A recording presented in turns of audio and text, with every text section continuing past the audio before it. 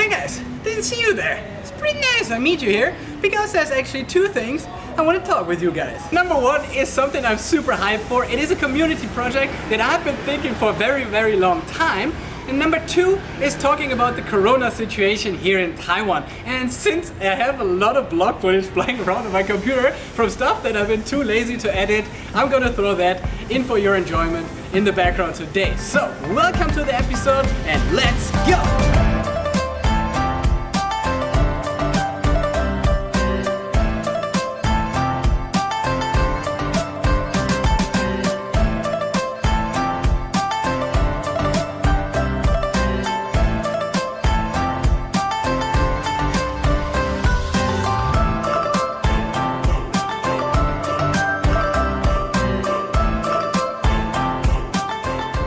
Alright guys, so here's what I'm planning. I actually want to tailor my sketches around your guys' comments. So actually, what I'm going to need is you guys drop some super random, super funny comments down in the comment section below so I can make some sketches around these comments. So if you guys have a lot of comments, I might actually turn this into a series because I imagine it to be super fun. And if you guys actually have some more serious questions, you can feel free to drop these too, and I might make another format talking about some more serious questions. So I'm planning to give you guys around 2 to 3 weeks, and then I will collect the best comments and the best questions, and I will make a whole episode around answering these in some funny sketches for you guys. I'm really super excited for this, guys, so please make sure to drop the comments down below. The weirder the better. I'm just looking super forward to do this together with you guys. So that's for the first part of the video. The second part is talking about the corona situation here in Taiwan. A lot of you guys actually asked me on Facebook and Instagram and also on WhatsApp, how is the situation here in Taiwan? So I thought, why not talk a little bit about it and give you guys some information from a foreigner living here on the beautiful island of Taiwan. Like I said at the beginning, I have tons of vlog footage lying around on my computer, which is really beautiful, but never really made it into a video. So while I'm talking about this situation, I'm gonna put some chill vibes in the background for you to enjoy. So let's go. Alright guys, here we go. Also with a much better microphone, really need to invest in this equipment for my main camera. Anyway, so while we are cruising through the south of Taiwan, I want to share some experience around the corona situation on this small island. I am not sure on how much you guys know about the situation over here, but Taiwan really managed to keep a super low number on registered cases. By the time of this recording, it is in the mid 300s, which might come as a surprise for you guys. And one of my friends asked me how we managed to keep the numbers so low, even though we are so close to China. And I think it is a mix of many factors, and I want to start with the first of 3 major points. So point number 1 revolves around the fact that Taiwan had to deal with a pretty heavy outbreak of SARS around 2002 or 2003. They got hit real hard by it here, and eventually it were the high temperatures of the summer that led to the decline of infections and the eventual victory over the epidemic. It was this bad experience that manifested in the minds of the government and the people alike, which eventually led to the very early actions against the new coronavirus outbreak. As soon as the news spread, people, companies and the government alike started reacting very fast, either by wearing masks, recommendations to avoid crowded places, 14 days of isolation when coming from abroad, or the obvious, washing your hands frequently, which admittedly you should do anyway. But also companies, mine included, offered home office to the employees if possible. I do believe the reactions were so fast due to the SARS outbreak back then, which still was imprinted in everyone's memory.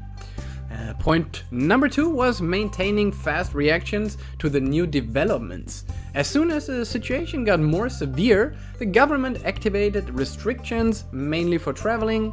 Non-nationals were not able to enter Taiwan since mid-March. Nationals that came home from abroad had to self-isolate for 14 days. Credit goes out for an amazing speech by the Taiwanese president here. She spoke out against any form of discrimination against foreigners because actually many of the cases here in Taiwan are actually non-nationals. So emphasizing that everyone is welcome in Taiwan and will be included like equals. I was really touched by that, since Taiwan is declined membership in many international organizations such as the WHO, and in general this country has to fight a lot to be acknowledged in the international world, so I think it deserves extra credit here. Additionally, I want to highlight that Taiwan sent a huge delivery of surgical masks as a donation to Germany. Really wanted to mention this here because I thought it's pretty awesome. So back to the topic, and actually coming to point number 3, which is consistency. Since the very first news until the day of this recording, people are wearing masks everywhere, even though the government hasn't really forced that on anyone here. The only exception was the national holiday about 2 weeks ago, where everyone was traveling around in the country, and it was by law that you have to wear masks in public transportation, such as trains or the high-speed train traveling far distances here. The Taiwan post office also has stopped shipping to many countries, the borders remain closed, people avoid public gatherings where like many people gather, and sadly there was also the toilet paper rating here, because retarded people exist anywhere in the world, yeah. So with the way that Taiwan reacted, it was possible to keep the cases at a low of around 395, with only 2 more cases in the last 3 days. This in close proximity to China, and with a population of almost 24 million people cramped on a 36,000 square kilometers big island, it's I think pretty significant, and I think they can be really proud of that. I have close contact to my German friends and my family, and know how severe the situation is in Europe and in the US. So since we can't really change anymore how we reacted at the beginning of this whole thing, it is about how we decide to continue. So therefore I believe the last point I mentioned, the consistency, is now the right way to proceed.